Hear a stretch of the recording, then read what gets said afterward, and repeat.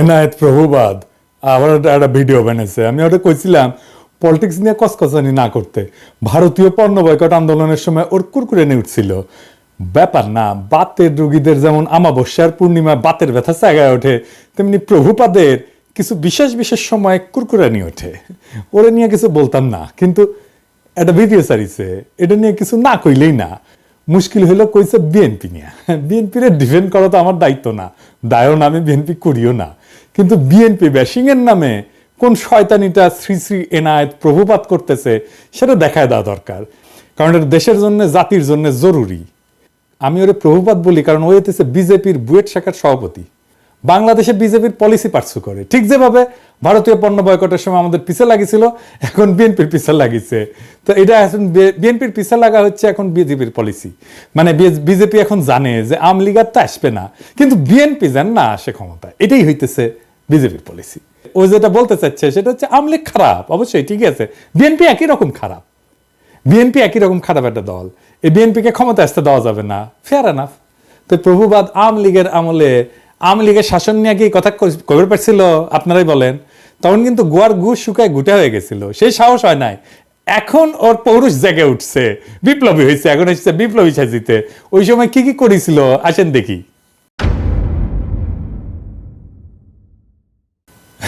পদ্মা সেতু নিয়ে বই লিখেছিল। হ্যাঁ, পদ্মা সেতুর কত কিছু আবার ভিডিও করছিল পদ্মা সেতু নিয়ে।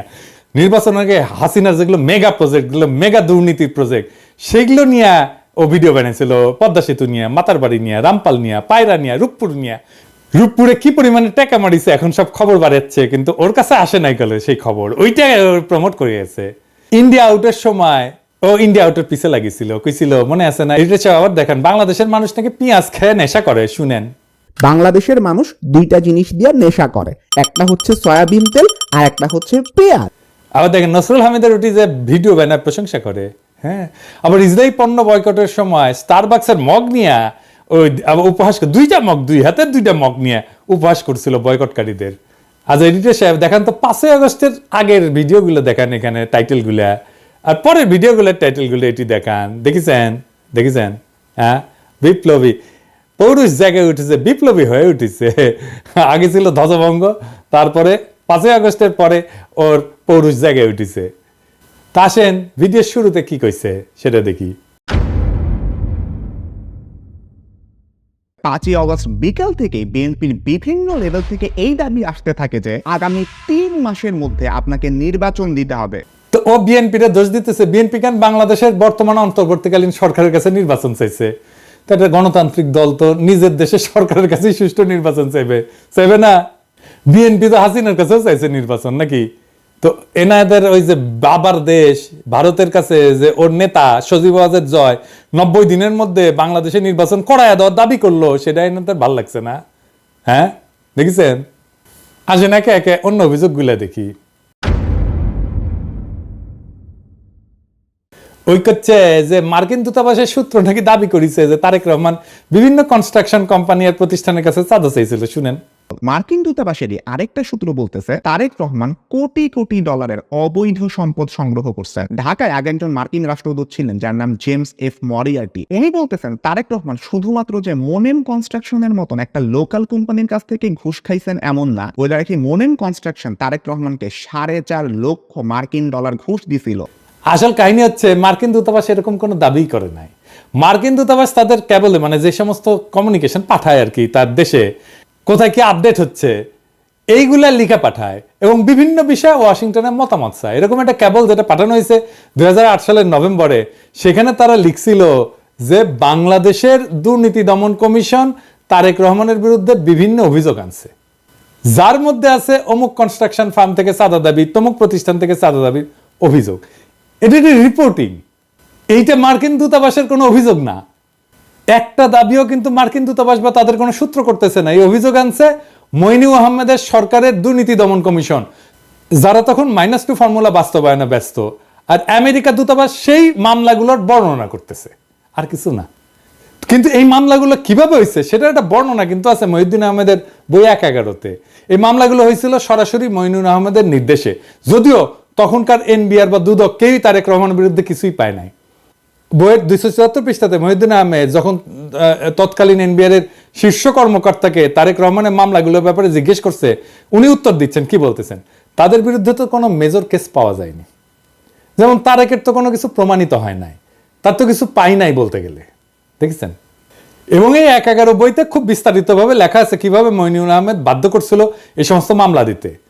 এবং আমরা সবাই জানি যে কিভাবে তখন ব্যবসায়ীদের তুলে নিয়ে বিভিন্ন রাজনীতিবিদদের বিরুদ্ধে মামলা করতে বাধ্য করা হইতো।